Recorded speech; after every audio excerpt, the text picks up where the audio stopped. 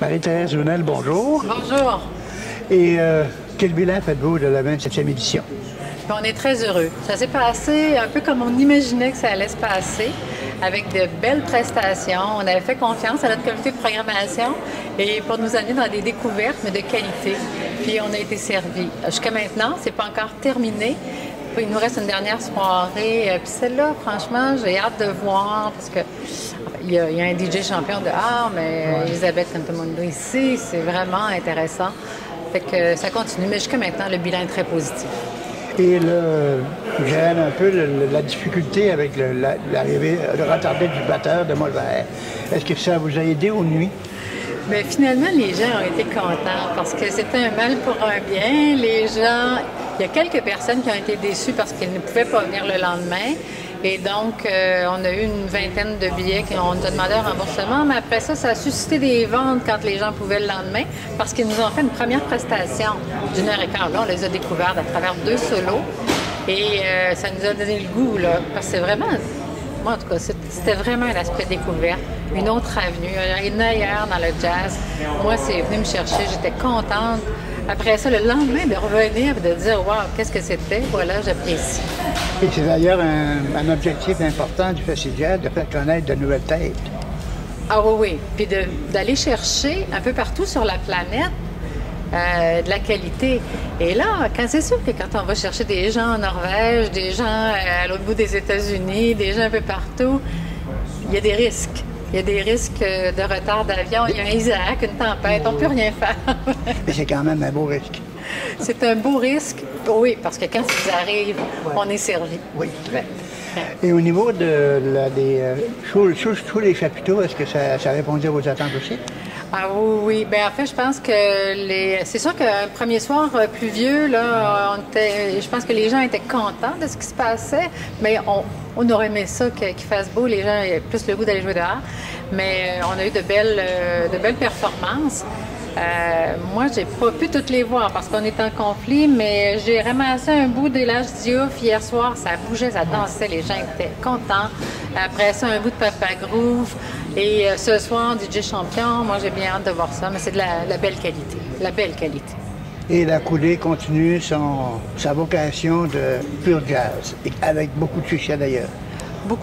Oui, et dans un climat beaucoup plus intime. Ça, c'est le fun, toute cette approche-là.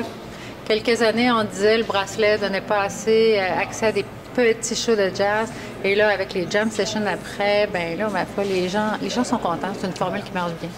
C'est une formule qui répond à vos attentes aussi? Parce que c'est la deuxième année, en fait. C'est la deuxième année, mais avec des groupes plus près de chez nous, là, québécois. Et puis, on voit que ça donne on voit toute la complémentarité, l'équilibre qu'on vient chercher entre le local et l'international. La coudée, c'est là que ça se passe. Les gens se réunissent à la fin de soirée. C'est agréable. Pour la suite, parce que là, vous quittez, vous êtes à Montréal maintenant. Est-ce que pour vous, le festival, c'est la dernière année ou vous allez... qu'est-ce qui arrive? Bien, en fait, moi, avec la présidence, j'avais dit que j'assurerais cette édition-ci. Donc, je me rendais après l'événement. Donc, on verra à l'Assemblée générale pour la présidence, parce que là, ce qu'il nous reste à faire dans cette édition-ci, c'est des bilans. Oui. Avec le conseil d'administration, je pense qu'on a une équipe pour repartir un peu. On va se rendre à l'Assemblée. Et puis, c'est sûr qu'en étant à Montréal, je peux faire des choses à distance, mais il y a des limites. Donc, probablement que, en tout cas, je vais offrir à mes collègues, je pourrais rester ex officio parce qu'il y a quand même une expérience, une mémoire. C'est important qu'on puisse être associé aux décisions. Mais c'est sûr que ça va prendre un changement à la présidence éventuellement. Ça vous intéresse? Des amateurs? Pas nécessairement. Je ne sais pas c'est l'âge, je pense. Mais à ce moment-là, pour vous, vous êtes là depuis quand même plusieurs années. Votre bilan, je ne dirais pas de départ ou quoi que ce soit, mais votre bilan, qu'est-ce que vous faites comme bilan? Moi, là, je suis tellement contente d'être embarquée dans cette aventure-là. Je ne savais pas dans quoi je m'embarquais. Moi, je suis je suis une gestionnaire d'expérience. Puis... Mais quand j'arrive dans des grandes organisations, chez Desjardins ou à l'université, on me confie des budgets, puis je pars avec ça. De rentrer dans un organisme culturel, de voir tous les défis des organismes culturels, pour moi, ça a été une école. J'ai beaucoup appris. Je respecte beaucoup les gens qui sont là-dedans. C'est pas facile. L'année dernière, on avait eu à reprendre ça, aller chercher des collaborations partout.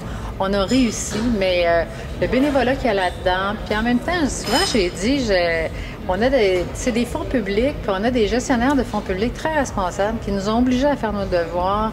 On est allé très loin puis on s'est donné des bases beaucoup plus solides. Cette année, par exemple, on arrive dans cette édition-ci, on a dit qu'on n'a pas les chiffres complètement, mais on voit un peu les chiffres qu'on a, mais on n'est pas inquiet. Parce que l'année dernière, dans les structures financières qu'on s'est donné, on s'est donné un fonds de roulement. On est parti avec 60 000 de fonds de roulement. Si on ne fait pas tous nos objectifs, parce que c'est toujours lié à l'événement, s'il pleut, on ne les fait pas et tout ça, mais on le sait que nos revenus d'événement, c'est 18 de notre budget. Si on fait juste la moitié de ce qu'on a prévu, c'est 10 qu'on a mis à risque. Ce 10 %-là, on ne le mettra pas à risque dans la prochaine édition. On s'est donné une structure pour fonctionner, là, pour se rendre un peu moins vulnérable aux intempéries. La tarte socioculturelle, là, elle reste à peu près la même dans les dollars, mais divisée en plus de monde. Oui.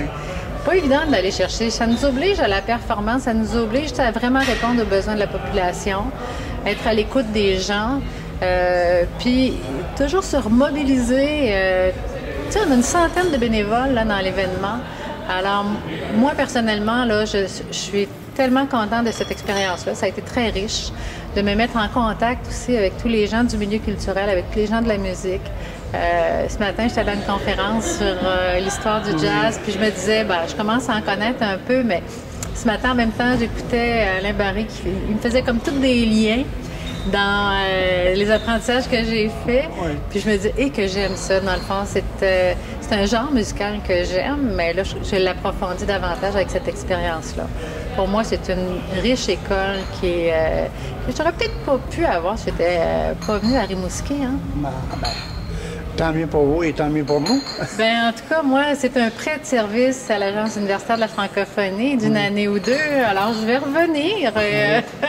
Ma foi, on verra où est-ce qu'on se croisera dans le paysage culturel. Parfait. Pour moi, l'implication sociale, c'est une valeur très importante. Merci beaucoup, Marie-Thérèse. Ça me fait plaisir.